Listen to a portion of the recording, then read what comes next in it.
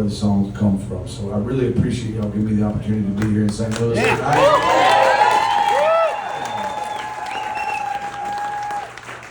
My dad has no fucking idea what I do for a living. My dad comes from a generation of hard-working human beings. My dad taught me at a very early age that work is not supposed to be fun.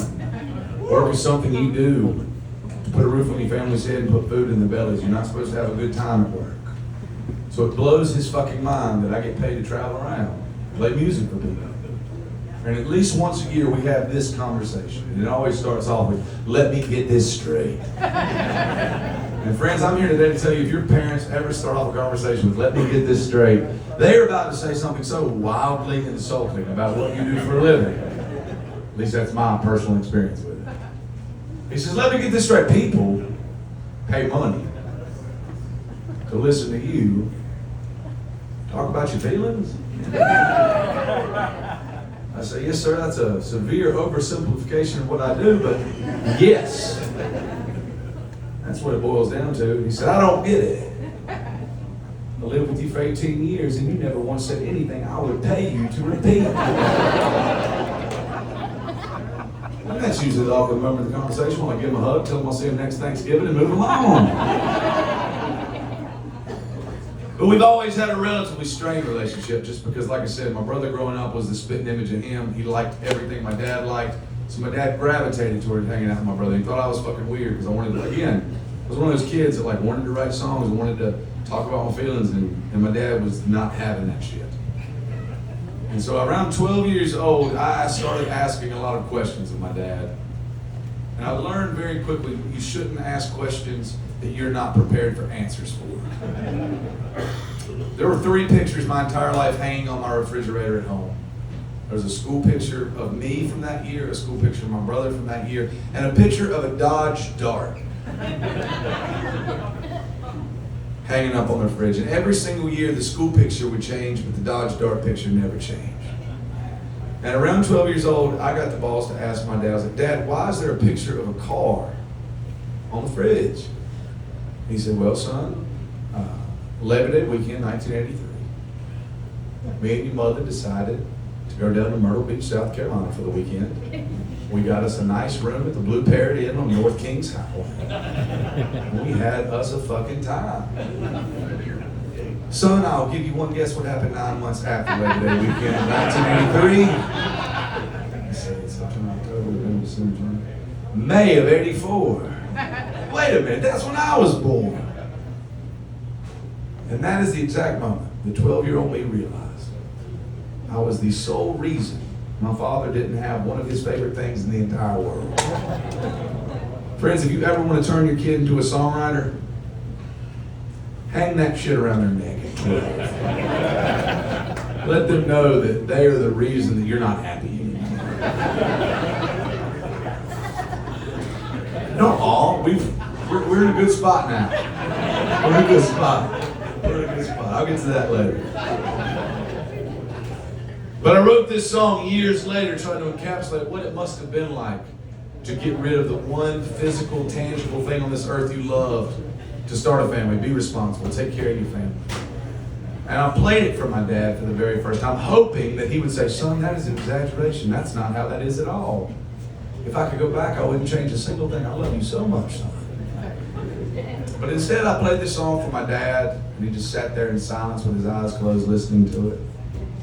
And as soon as I finished it, he just said, yep.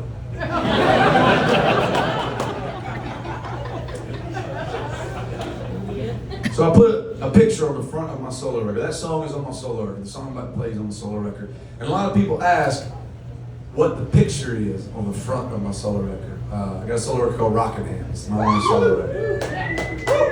It's a picture of my parents on their very first date when they got back from Myrtle Beach in 1976. Yes, my dad is not wearing a shirt on his first date. Yes, he is not wearing shoes either. He just wore pants, no smile, just standing there staring in the camera, lifeless fucking eyes. He's holding my mother's hand and she's staring straight into the camera, no smile. It's like a fucked up hillbilly American Gothic painting. staring deep into the camera, just melancholy. But right behind my parents, in my grandmother's driveway, sits that Dodge door. And it's the one picture that has two of my dad's favorite things in the world. And so I put it on the cover of that record. And I'm gonna play this song I wrote for my dad. A song called Reidsville, which is the name of my hometown.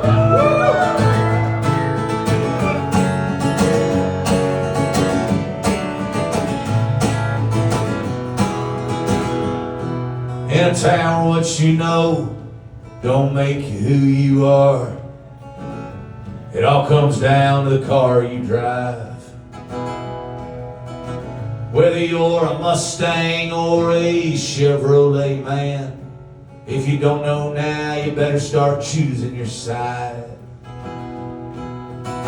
'Cause every Friday night, you'll take her uptown, line them up on South Scale Street.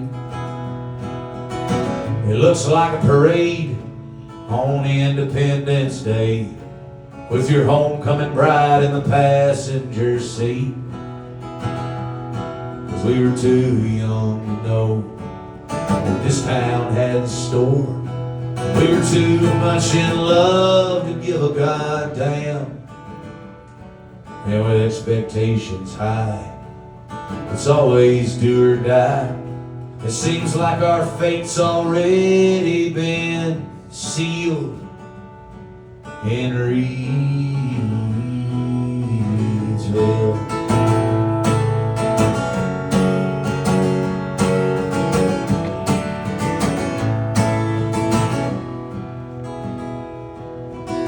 When I turned 18, I sold that car, traded wheels for a wedding band. A Plymouth Hunter Green, big block with 3 on the tree, and every nut and bolt turned by these 2 hands. Well, it was good to start, then things just got so hard. Where the hell did we fall off track? Now I work for Dad, and the pay it ain't half bad. It keeps a roof on her head and the bank off my back. 'Cause we were too young to know what this town had in store.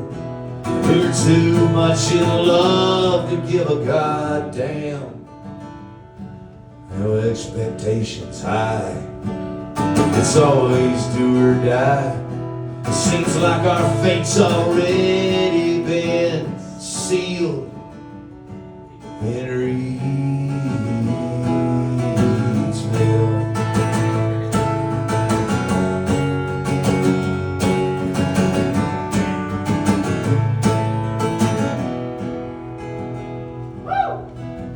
That girl of mine, our eyes that used to shine like 2 rare stones set out on display. Yeah, we were wild and we were young, and we could take on anyone. Now our eyes are darker than a funeral serenade. I'd burn down every square inch of this town just to see one more smile on her face. And when it comes my day to die, I want to look God in the eyes and ask Him why He gave up on this place. 'Cause we were too young to know what this town had in store. We were too much in love to give a goddamn. And with expectations high, it's always do or die. It seems like our fate's already been sealed